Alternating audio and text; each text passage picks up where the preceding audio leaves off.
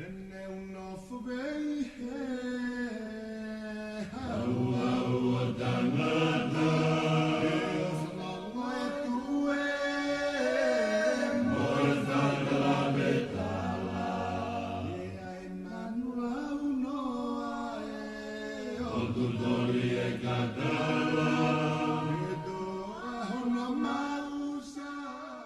honor to be here right now.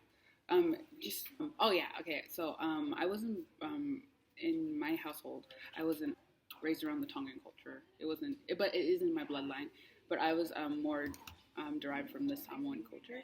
But there's so many similarities between that and just being brought up and being a Pacific Islander in general here, or I don't really know that many Tongans that get here to university. They don't get to most of them I know that get past the stage of being a high schooler.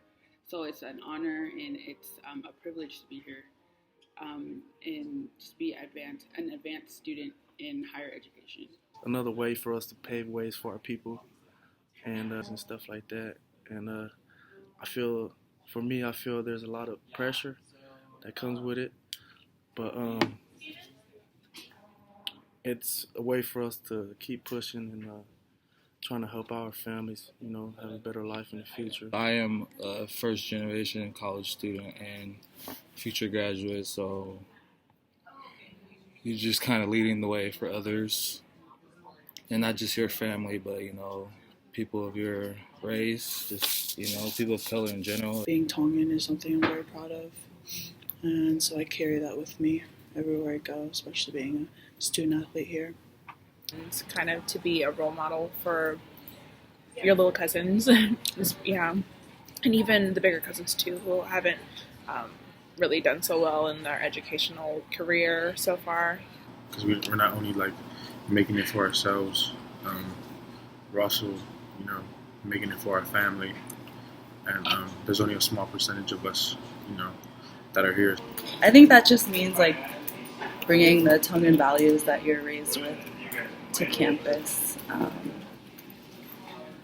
But we're small in numbers, but if you think of us culturally and we're really big, a big community, a strong community, even though the population of us is small. So I think it just means being prideful. Is a major blessing, just because there aren't that very many Tongans here. There aren't that very many Polynesians overall. So to be here, I feel honored and I feel accomplished to have made it to such a big university. Yeah, it's just a blessing. In the long term, my long-term goal is to be able to one day provide for my family, the ones that took care of me and raised me and made me what I am today. So my objective here is to basically get an education to help my family out. Being able to balance both cultures, especially being in a university here in America, as well as balancing your cultural or your Tongan cultural values that you carry at home.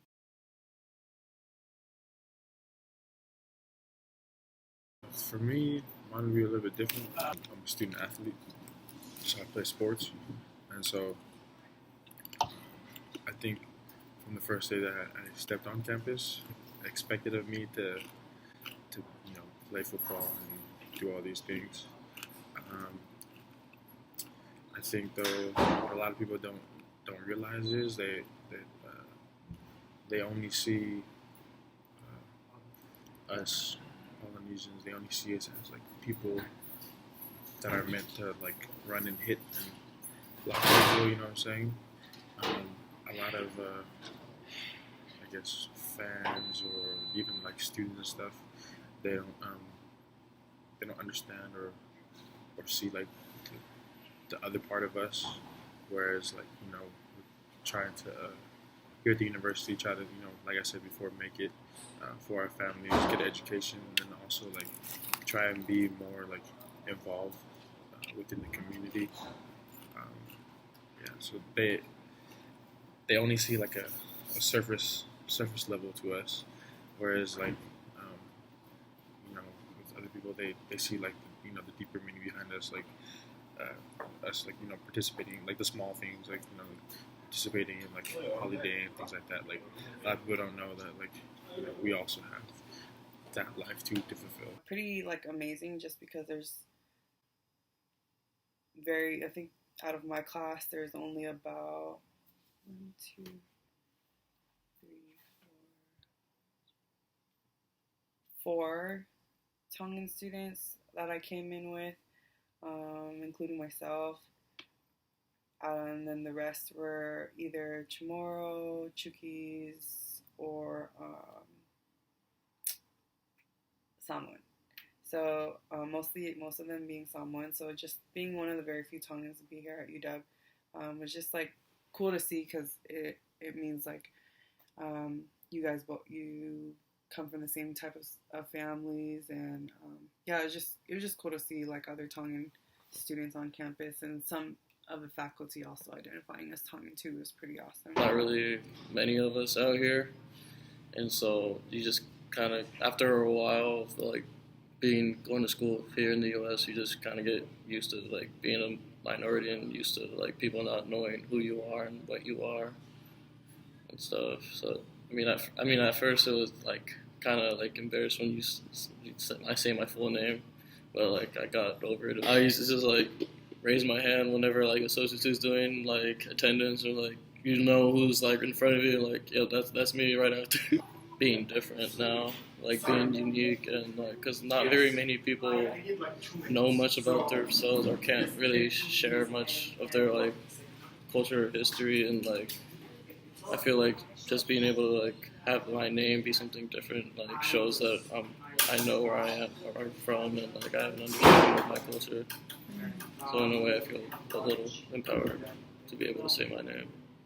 It's hard because, like I said, there aren't very many Polynesians here at the university. So to be a Polynesian here, there aren't very many people that I can relate to.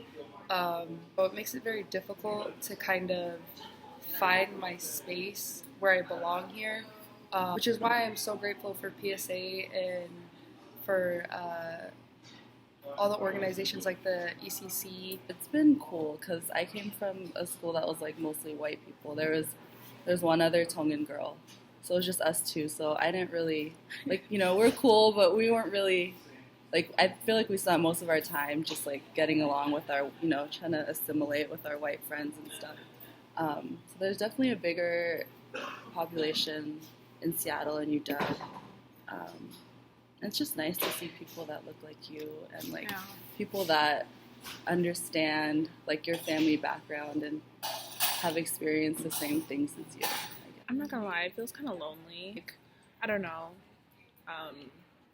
I'm so focused on doing my own, but at the same time, like, I understand that there's many opportunities to make friends here, but I'm so like focused on just kind of like finishing school and getting out. Yeah, so it's kind of lonely because just there's not too many people like us. Separated from others in a lot of ways because of who I am as a Tongan American girl.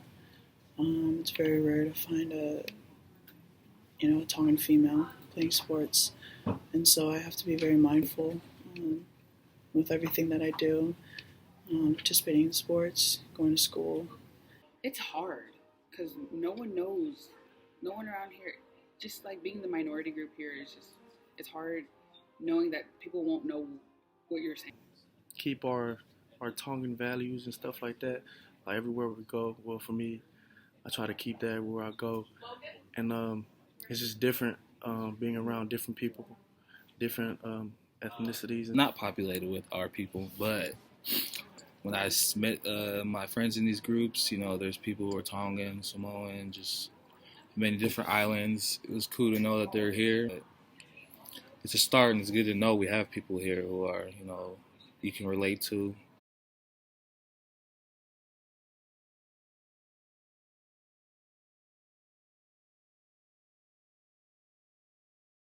Growing up, like, going to family events and stuff was a priority over school. Going to different funerals. And then also like weddings and stuff, family reunions. That was always a priority. But as for me though, like I loved it. I loved that it was a priority. Just because like you get older and you know when you're young you really get to connect with your cousins and stuff. But as you get older, those ties still stay there. You know. Yeah, that's so true. Exactly. So like for like my second, third, whatever cousins, however everybody else look at them, like we're still, tight. We're still tight. And so I didn't really get to like. It wasn't until probably my freshman year, sophomore year of college, that I really started to appreciate that. Just because I figured that everybody else is like that. But then it's like you're always sacrificing something, right? Or like even if they move out here for a bigger dream to help their families in the future and their generations, they sacrifice their lives for a better life for their younger generations. Even the younger generations have to sacrifice something, and I feel like there's always somebody giving something, and there's always going to be a hardship in that, because Tongan culture, when you come out here from the islands, or any culture from the islands, you're coming out here and you're moving away from the homeland, and you're coming out here and you're striving for success, and you're sacrificing everything, and you're trying to put in everything into your next generation, but then you're taking away from that too. I think that you're taking away from what you know and what they'll never know, because you're out here and they'll never know what it was like out there in the islands. And that's something I hold dear to my heart, because my mom knows so many things about the islands, and it's just like when she says things and then versus actually being there, I'll never know that, and I'll never be raised around that because she raised me here, and it's something that I kind of miss. I wish it's like a homeland that I've never been to. So for me, I feel like it was different from my parents. I mean, my mom was hella strict on school and stuff like that. Like I missed my brother and my sister's weddings because my mom wanted me to go to school and stuff like that. So it was different for me. And plus football was there, so I missed it. And yeah, she was always strict on school and stuff like that.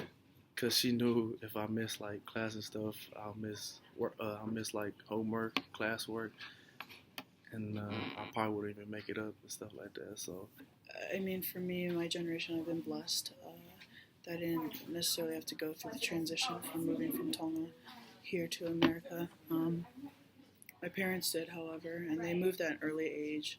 So I guess in that way, it's also another blessing for them. They could start early. Really understanding what the American culture is like.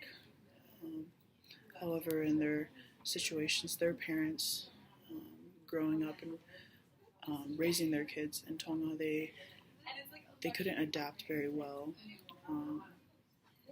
very quickly, because they didn't know much, and it's completely different when you're going from a third world country to the States, where opportunities are endless, really.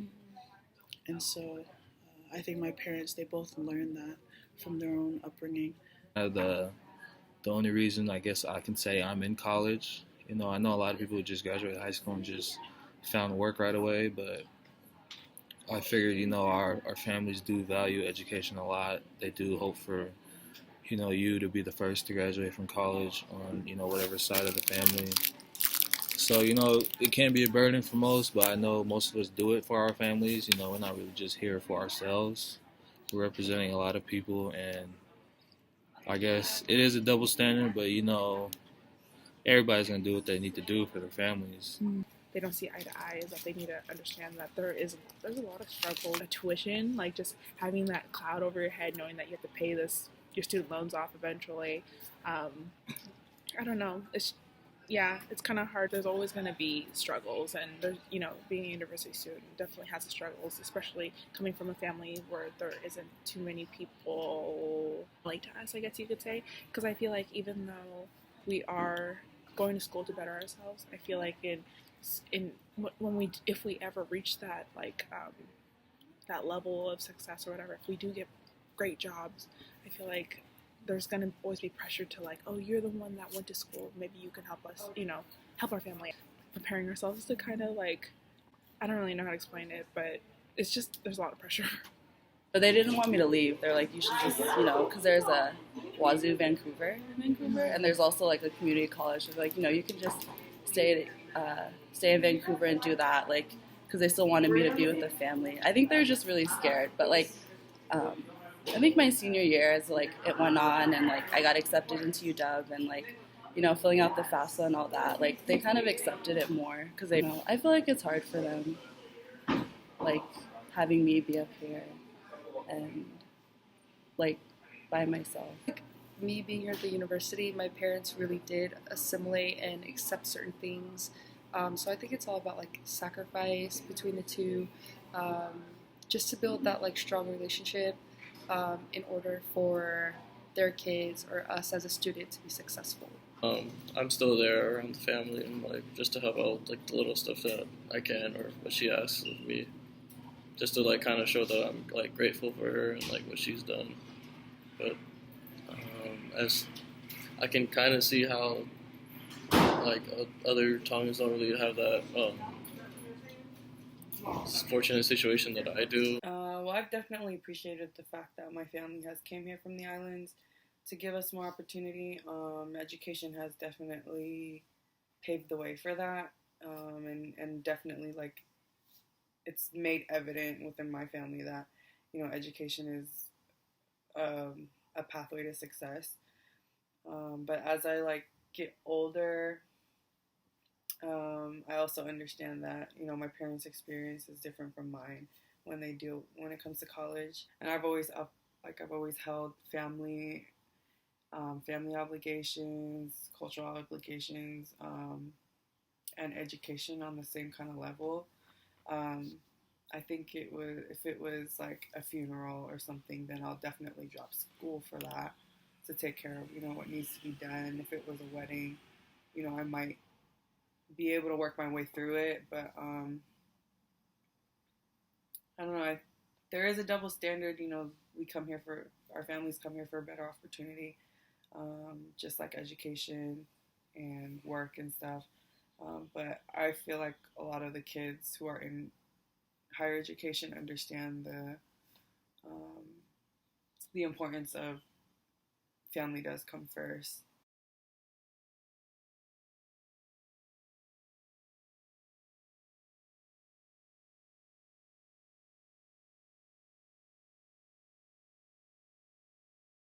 Who decided to leave my native land of Tonga in search of a better life in America. Question. So what does it mean to be a Tongan here in the United States? I think that it was meant for us as Tongans to be here. And I believe that we have found our place here in America. We are part of that system of growth here in America. So we can take our place here in America, that we're, participants in growing in this country. O kulahi e kakaitonga o kunau lau kau aki e nau hau ki e whanua goin ko Amerika. Ko e uhi e o kulahi o nau ngahi whainga maari e o ku mauheni mo e nau whanau pea mo e ngahi whainga maari e o ku nau mauheni e ngahi o hake e nau whanau ke ngahi api ako kehe o nau mauheni e whanua ko Amerikani. O ku lau kau ake ka kaitonga ai o meo lahi e nau ngā au e o ku mau whatukulaki ake o nau ngahi whamiri I Tonga, tokoni ko nau ngahi whamiri toko lahi I Tonga. The reason why I came here to the United States, my mother, our ticket here to America was through my mother. She was attending Liahona High School in Tonga, which is the high school that is owned by the Church of Jesus Christ of Latter-day Saints, also known as the Mormons. My mother got a scholarship to the Church College of Hawaii, which is now Brigham Young University of Hawaii. And so my mother came with my dad, and they made the really very difficult decision to leave us children back home. And So you could say our migration here to the United States was actually a piecemeal migration because we were brought here to the States one at a time because my mother's scholarship only covered her and my father. And so they made the decision to leave us children back home with my mother's family so that my mother could pursue her education and came here to Hawaii. And then my parents eventually worked and settled in the mainland in Arizona, a small town called Mesa, Arizona. And then from there, they slowly worked to earn enough money to bring my brothers and I, but it was one at a time. We were brought here to America one at a time, and it was during the late 1960s, so my family's migration was during the latter part of the Civil Rights Movement, and again, we came because my mother was really seeking her education, and so. To find a better life and take advantage of the opportunity here in America. Ko uhinga na Hawaii ke Amerikani, ko uhinga pe ke toe mauange ha toe tupulaki o mo uye family ni he ngai whainga maari o kumau he whonungani. Hange ko e ha uki Amerikani o whanau ini o whanau Belau tupuha ke he ngahi he whonuani he lahi e ngahi whainga maari e te nau mau. Hange ko ngahi api ako ke nau alo ako ai. Lahi e ngahi whainga maari e ke nau mau he ngahi stikola sipi ke nau ngō ako. Lahi e ngahi whainga maari e ke he whonuani lava ke mau. Ho whanau ho hau ke Amerikani. Pepe he ke ngahi whamiri ke ho kunau hau ke Amerikani. Ko uhinga lahi e na aku Hawaii ke Amerikani. Ko hipe ko a whainga maari e ke mau hoku whamiri he whonuan.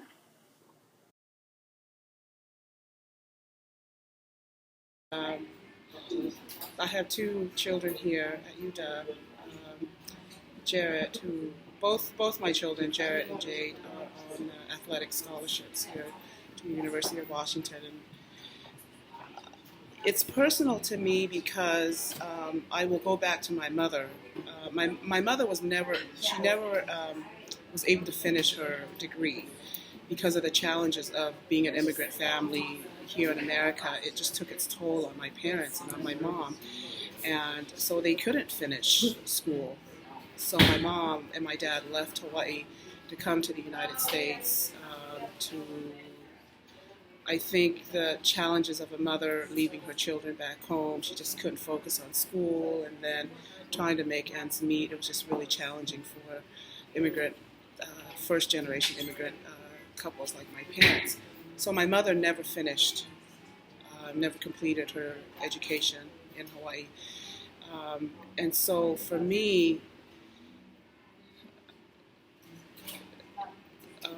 pursuing my education and also pushing for my children to go to college is, in a way,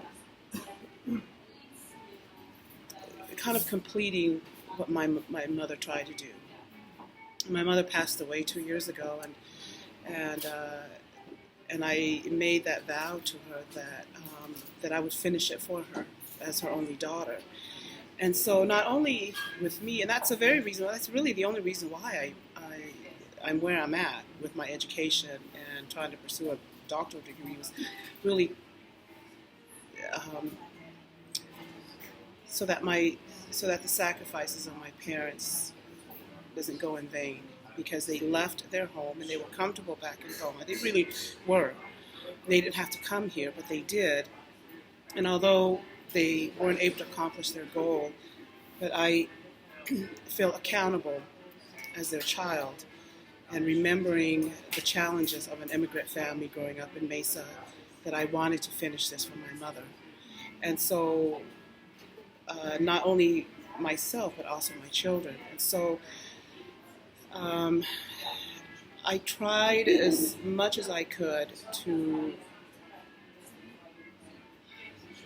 understand and really learn about my kids and what their talents were, And academics was not really their strong points. I mean, it was, but not good enough to come here to UW on academics.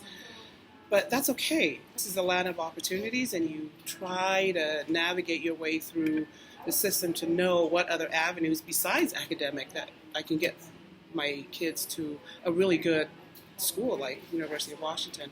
So I recognized that very early with my children that they were athletic. So the challenge was for me and my husband was to make the means, to have the means to put them through clubs and training and whatever necessary to improve their skills in their athletics so that they can make it to college. And so I just knew that. I knew that right away, that this was the path that my kids will need to take to get to college was through athletics. And that's what we did. And we made some very conscious choices to live where we lived so that we are not distracted from a lot of like families, you know, and cultural expectations. And we pretty much had to isolate ourselves because I was really concerned about those kinds of distractions. It might have not, but I was just really trying to think ahead of what possibilities could stand in the way of my kids, and it was at a very high cost. Ke alu e nau whanau ki kolisi he taimu nau Oceania High School. Ka I he ngahi mātua hulawa e nau whanau o alu ki he ngahi university, ka tatau te whito ki he University of Washington o ku nau fia pe nau mahu inga ia he ngahi whainga maari e ko ia kulawa ke mau he nau whanau ke nau alu ki hea university. Ko hinga he toi lahia ngai ho nau whainga maari e ke nau toi mau I he whonuani ki he kahau e nau mo'ui. So proud of him because he's the first one in my family to graduate from the university. Challenges with my own children. So what I did was I decided this is the very reason why I became a teacher. Because I figured, no, well, how am I going to stay connected to my children? And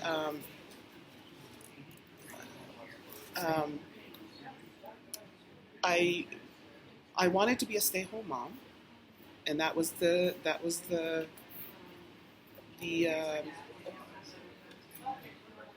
when I told my husband, okay, sure, I'll marry you under these circumstances. Okay, can you work to keep me at home? Because that's so un-Tongan-like. Because, you know, we need to work. Mm-hmm. But I went against the norm, you know, and kind of broke that cycle. And I said, okay, sure, I'll marry you, but, you know, will you keep me at home? Because I want to be a stay-at-home mom. Because I grew up with kids that had stay-at-home moms.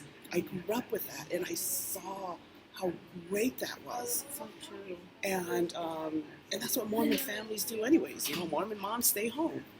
And I wanted to do that. And so, but then I ended up marrying a Tongan. And so, but thank goodness he grew up here in the United States. And so I think he understood some of that. And he was desperate anyway. So, sure, I'll marry you. I'll do whatever. So that's what happened. And he never went back on his word. So when we got married, we decided to leave California and come out here to Washington. And we just kind of took the map and we decided that we will do the same thing. Let's move away and go away. So then, of course, children came along. And then so I was a stay-at-home mom. I was the good stay-at-home mom. But then after a while, reality hit me that I was just, things were just a little bit too easy at home. And what if something happens? I'm not prepared and ready, you know, to take care of these kids. So then I decided, okay, well then I need to work. And so what career should I take? I decided to become a teacher because it was the only career that would keep me close to my kids. And so that's what I did. That's amazing. So I went back to school and, you know, volunteered. Of course, I started volunteering at the schools and then became a para-educator or a teacher's aide. And then after that, of course, I got my degree and decided to get an endorsement and become a teacher. And so my life has always been in the classroom with my children since grade school. So I have moved with my kids from grade school, and then when they got to middle school, I was in the middle school working and teaching. Then when they got to high school, I was in high school. So I was always visible to them. And that really brought us close together. And that became the norm for my kids. Oh yeah, mom at school, yeah.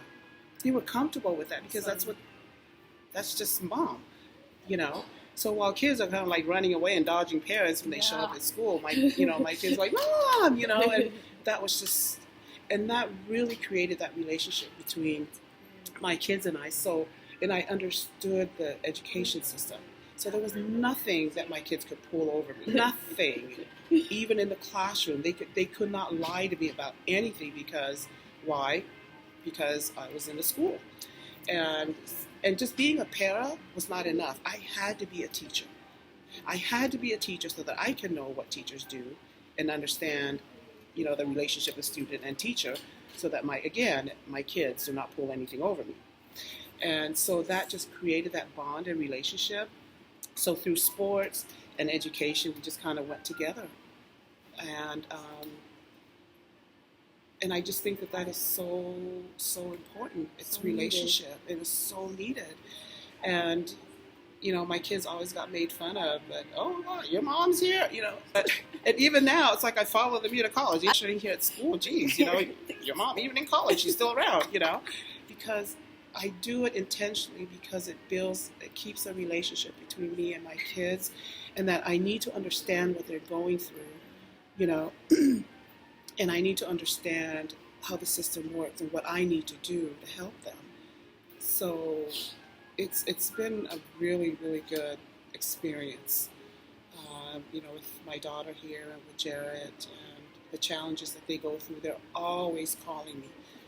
Always, Mom, what do I need to do? Mom, how do I do this? It's because they know, you know.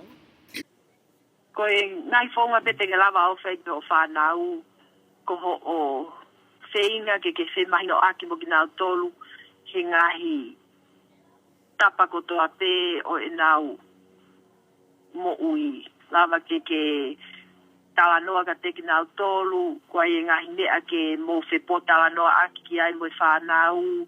Lava ke nau sea e ngahi hange ko e nau ngahi mo ui whaka aho.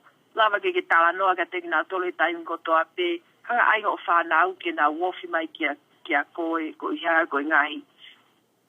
Tahi e ngahi mea i e whonuani oku alo e taimi pia, you know, alo e whanau ia kai ke toi ongo ke mātuaka koe mea pe mātua ke whai ke nau whenga pe ke nau tawanoa ke whanau oa e whiu he tāla ngahi mea ko toa pe o toton ke nau whai neongo ko taimini i oku kai ke nau whai ngahi mea ko ia ka oku te nau manatu pe ki ai ke ngahi ako naki mo ngahi mea ai mātua tāla ke whanau pe te nau whanongo pe te nau whoki mai pe. I tried to relate to him by supporting him in any kind of activities, financial help, etc.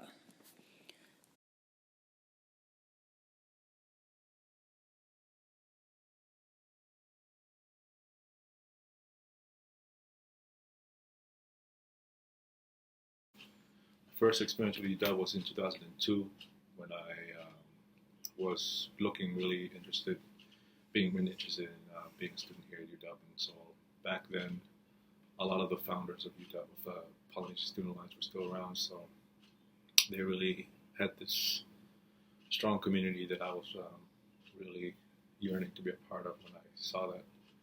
I was part of the RISE program then, and so that's really my first introduction to the UW campus and all of PSA and all MIC, FASA and all that. So that was really what sparked my interest in UW itself. So UW ended up being the only school I applied to that fall in 2002. And then in 2003, I actually enrolled. And then yeah, 2003 I enrolled, and then graduated in 2009. It took me a long while to do that. But luckily, in the process of those few years that I was here, I developed a few good skills through PSA, through my involvement in Pioneer, RISE.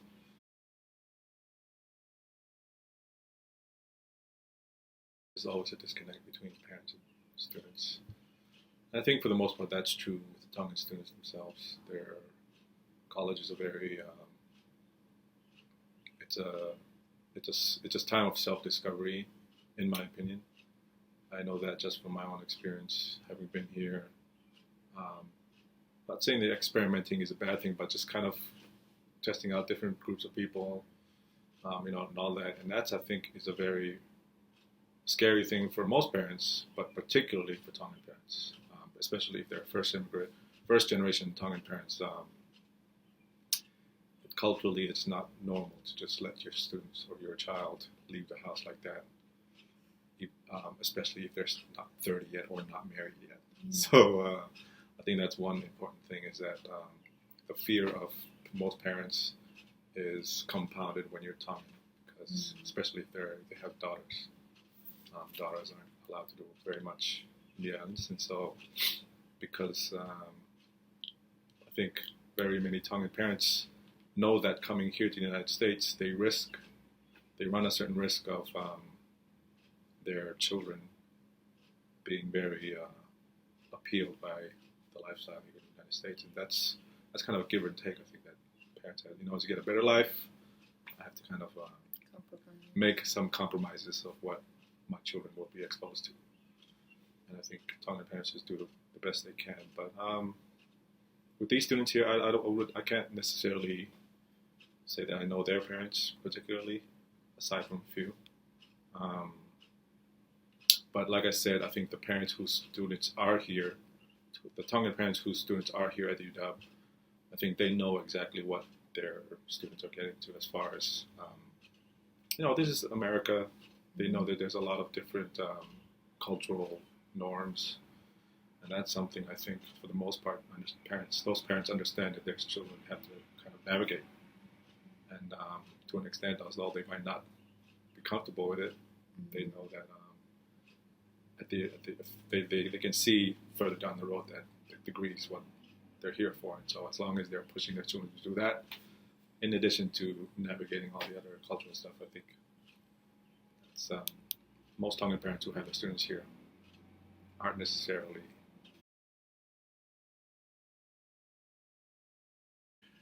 Fortunately for me, my mom was a college student at one point in her life, and she graduated with her degree, but not here in the United States. She went to the University of South Pacific back in the 80s, late 70s, early 80s. So yeah, she kind of understands the social aspect of being a college student. But I think the context of the United States presents certain things that she wasn't exposed to.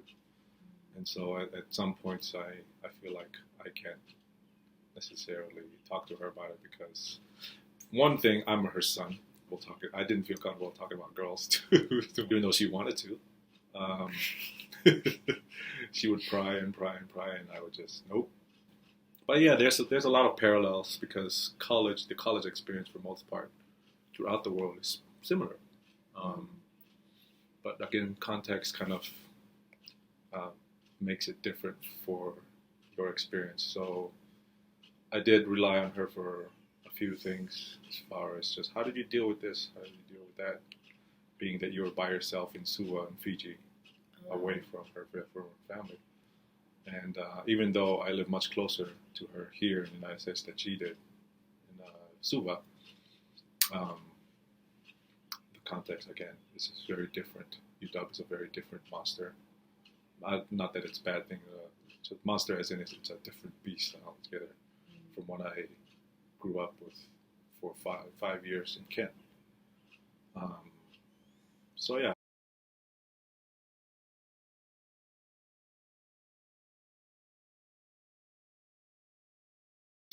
Particularly in several instances. So I had one conversation with my mom that really I still remember to this day, and it was when I was nearing the end of my time here at UW as a student. So about 2008, I think, maybe a quarter before I graduated, I took my mom out to lunch for her birthday, and we were just talking about kind of reflecting on the past 6 years, because I had dropped out of school for like a year, and that was interesting. And she was just reflecting on how far I had come and how far we had come, because it's really not just me; it's a whole family affair. And so at that point we were talking, and then I just wondered, because I'm technically her only son. I say technically because I grew up with a lot of first cousins, and so I consider them all my brothers and sisters. But to my mom, I'm the only child she has. And so I reflect on that, and I asked her a question like, Mom, if I had been a girl, would you have let me go to UW? And she's like, nope. She didn't even hesitate. No hesitation, like, nope. You would stay here at home and just go to school and come back home. We're like, damn. Didn't even think about it. So it's so that really was pretty stark to me, and she explained, and it was very very culturally laden response, and I understood why. But it also made me kind of I don't know. At some point, I did feel bad. Dang, I felt bad because that was another point of my life where I realized some of the privileges I had just because I'm a guy. Because in PSA at the time, a lot of my development in social justice is all about race, and that kind of cuts across genders. But my gender had never been brought to the forefront often up until and then that was one point that I really thought about who I was as a Tongan male rather than just a Tongan woman or daughter. So that was one point of a double standard that it's not unique to my mom, of course. That pressure is very much sometimes an issue, because I think some families are so afraid of the institutions that are in place here in the United States, like just the simple act of filling out forms. That's such an overwhelming experience for too many families. Forms are too long, too much language. It's just too complicated. What if we get discovered? Oh, we might get deported. All these different pressures. And so, for some families, I think that the impact is the children themselves, because they're facing all these double standards when they're told one thing at home, and then out in public, their parents say another thing. So it's hard for these students to kind of understand exactly what it is they're supposed to do, and sometimes that breeds certain mental issues. Right? So I think double standards is a symptom, in my opinion, of the fact that these parents are still trying to figure it out themselves, and so it's a never-ending process, because even though they're the parents, they get here, they're still really lost themselves. So it really is not just the student when we talk about helping them. It's a family issue.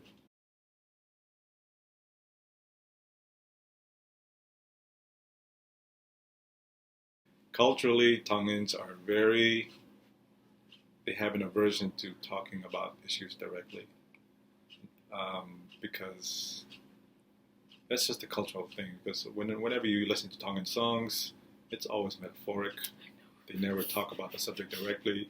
If they're talking about the person they love, they're talking about a dove flying over here, flying over there. Like, what? And so it's pretty obvious throughout the whole, and just the way people kind of talk about things. It's never directly at the issue. They always talk around it, and that's kind of part of the whole taboo thing too. And but because of that, whenever issues arise within the family that need to be talked about, a very traditional Tongan home won't address it. They'll code it with it's dishonorable. This is shame. This is not Palani house. You can't just man up and suck it up, that kind of thing. But in the United States, those issues are much more compounded, because of now we have to live with multiple cultures and identities and all these different things that, in order for us to really kind of in order for us to kind of thrive instead of just trying to survive, we have to be able to talk about these issues with each other as a family so that we have our stuff together and get out there. So that I think when parents and their children are able to really have open lines of communication so that there's understanding, the children will be much more secure in who they are leaving the house. So even if their parents are like, yes, we are FOB, and that's okay. You walk out of the house, you be proud of that. Mm-hmm. Yes, Mom, I will. So I think open lines of communication between the families is really important. And that is something that will take a lot of work, but I think that's where it should start. So I hope that's something I do with my family as well.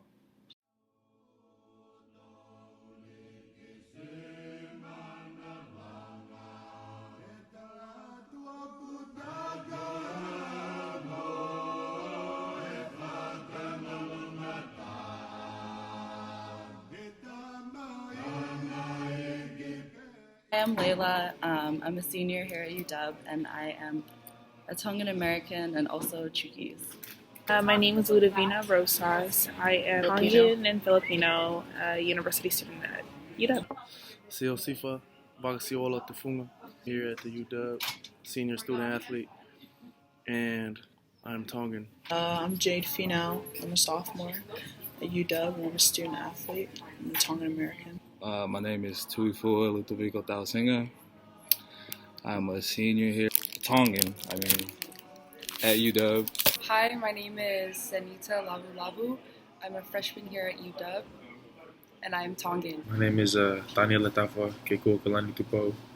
I'm a University of Washington student athlete, and I'm a Tongan.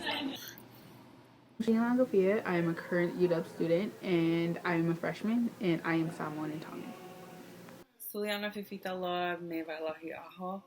I am a UW student, a senior majoring in anthropology with a minor in diversity, and I identify as mixed race, mostly Tongan though. Okay, so my name is Aleki Sanita Kulika Fukuoka. I am a member of PSA and the Micronesian Island Club, and I am also involved with Jumpstart, my Tongan here at the University of Washington.